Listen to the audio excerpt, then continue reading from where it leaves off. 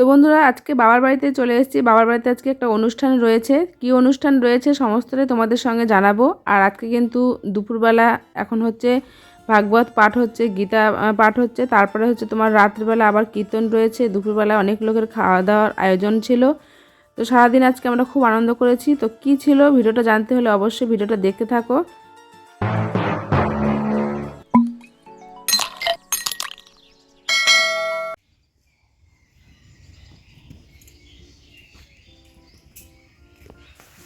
বন্ধুরা ভীষণ ঠান্ডা লাগছে। গুড মর্নিং বন্ধুরা, সবাইকে জানাই মিসেস বা লাইফস্টাইলে স্বাগত। তো শুরু করছি আজকে একটা নতুন ব্লগ, আশা করছি তোমাদের খুব ভালো লাগবে। আর আজকে অনেক সকালে ঘুম থেকে উঠেছি।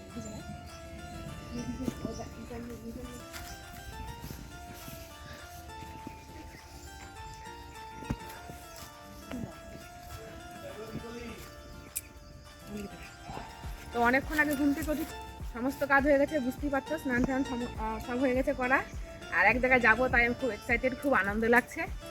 তো চলো তোমাদেরকেও সঙ্গে নিয়ে যাব। আর এখনও কিন্তু সূর্য ওঠেনি, আর এখন বাজছে মোটামুটি ওই 9টা মতন।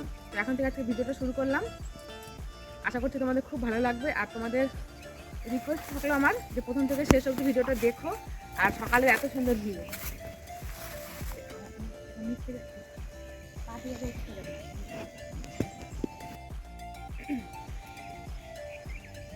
তো বন্ধুরা তোমরা সঙ্গে থাকো, দেখতে থাকো, আশা করছি খুব ভালো লাগবে। আর চলো কোথায় যাচ্ছি সেখানে গিয়ে তোমাদের শেয়ার করবো।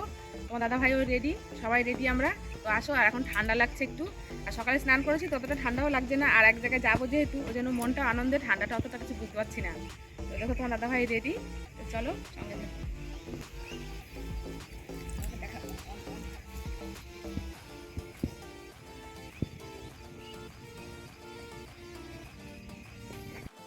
তো বন্ধুরা বাড়ি থেকে বেরিয়ে পড়েছি, কিন্তু ভীষণ ঠান্ডা। রাস্তা দেখে বুঝতেই পারছো সূর্যের কিন্তু কোনো দেখা নেই, কোনো জায়গায় কোনো মানে সূর্য কোনো অবস্থাতেই এখনও ওঠেনি। এখনও কিন্তু বেলা 9টা বেজে গেছে।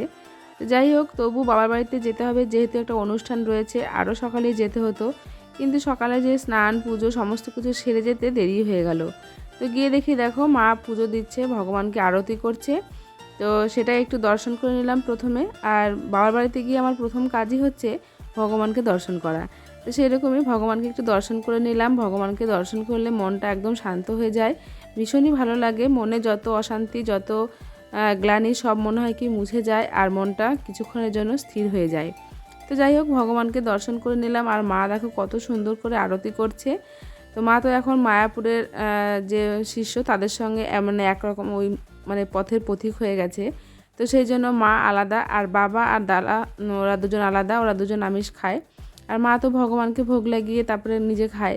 তো সেই জন্য অনেকদিন থেকে মায়েরও খুব ইচ্ছা ছিল বৈষ্ণব সেবা দেওয়ার জন্য।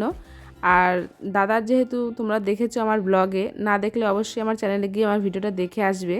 তো দাদা কিছুদিন আগে একটু অসুস্থ হয়ে পড়েছিল। তো তখনই আমার কাকা মানে মানসা করেছিল যে এই বৈষ্ণব সেবা দেবে দাদা ভালো হলে।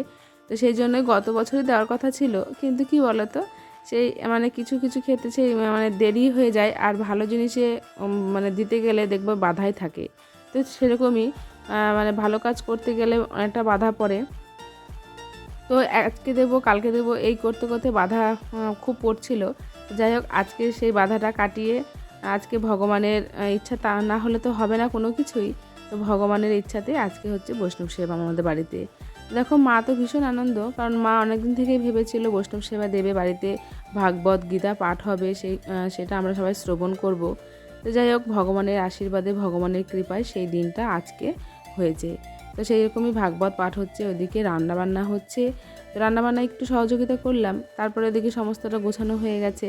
আর ওনারা যে বৈষ্ণব যারা রয়েছে তারাই যেহেতু রান্নাবান্না করবেন, তো সেই জন্য একটু যোগাযান্ত্রিক করে দিয়েই হয়ে গেছে। তারপরে দেখো ভাগবত পাঠ শুনতে বসে গেছি। আর এত সুন্দর এই প্রভুটা ভাগবত পাঠ করছিল, মানে খুবই ভালো লাগছিল শুনতে। আর মনটার মধ্যে একটা মানে কি বলবো, যে অস্থিরতা ছিল সেই অস্থিরতা মানে একদমই দূর হয়ে গেছিলো। আর এত সুন্দর ভাগবত পাঠ করছিল।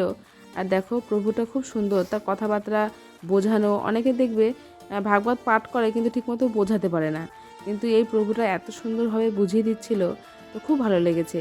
আর দেখো রান্না হচ্ছিলো বলে একটু ধোঁয়াও হচ্ছিল, কিন্তু ধোঁয়া হলেও যেহেতু ভাগবত পাঠ শুনছিলাম মন দিয়ে, সেই জন্য ধোঁয়াটাও কিছু মনে হচ্ছিল না।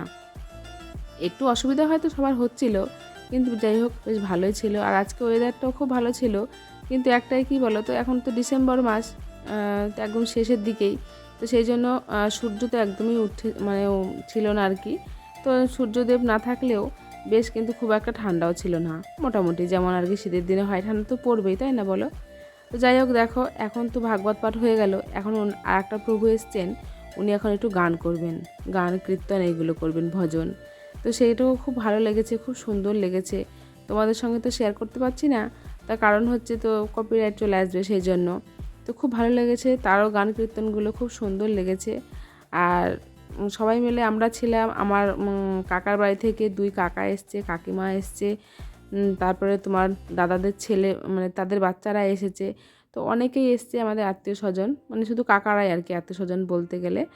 আর তো মাদের গ্রামের লোকজন রয়েছে, এরাও সবাই রয়েছে। তো সবাই মিলে খুব আনন্দ করছি। আর এদিকে বন্ধুরা দেখো, আমি কিন্তু বেগনি খুব একটা ভালো ভাজতে পারি না। তো যাই হোক, ওনরা প্রথমে যেগুলো ভেজে নিয়ে গেছে, ওরা তো আর আমাদের সেবা নেবে না, তো সেই জন্য আমি দেখো তারপরে যেগুলো বেগনি ছিল সেইগুলো আমি আবার একটু ভেজে নিচ্ছিলাম। তো বেগনিগুলো এতটা ভালো হচ্ছিল ভাজতে, আসলে বলে না, ভগবানের জন্য তুমি যাই করো না কেন, তোমার সেই জিনিসটা খুব সুন্দর হয়ে যায়। আর সত্যি ভগবানের প্রসাদ ওই জন্যই সবাই বলে অমৃত।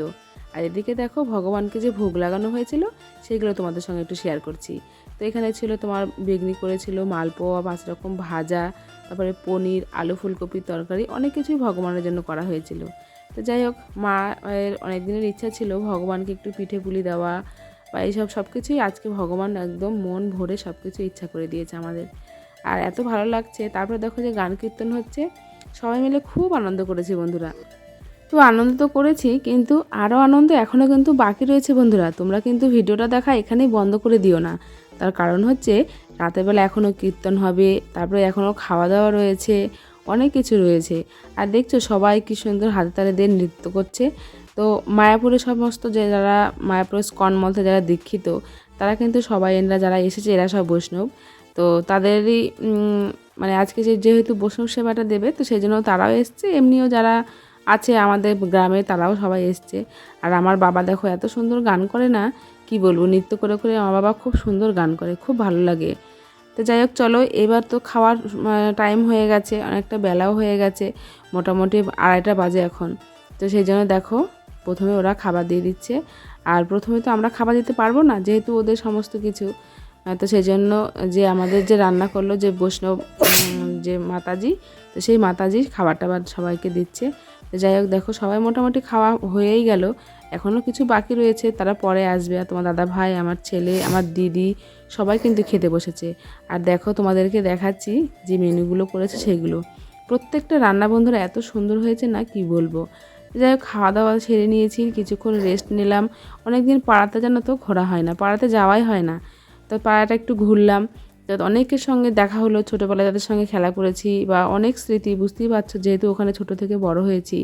তো তারপরে সন্ধ্যা হয়ে গেছে, তারপরে আবার কীর্তন দেখো শুরু হয়ে গেছে।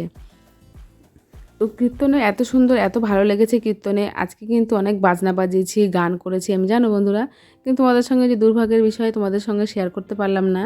তো যাই হোক, রাতের বেলা তো খুব আনন্দ হয়েছে। আর রাতের বেলা জানো তার কিছু রান্না করতে হবে না, যেগুলো আছে তো সেইগুলোই খাওয়া হবে। কারণ অনেকটাই ভাত তরকারি সবই অনেক অনেক করেই রয়েছে। তো মাকে বললাম ওইগুলো গরম করে নিয়ে যারা যে কীর্তন করছে তারাও খাবে, আবার আমরাও একটু খেয়ে বাড়ি চলে যাব।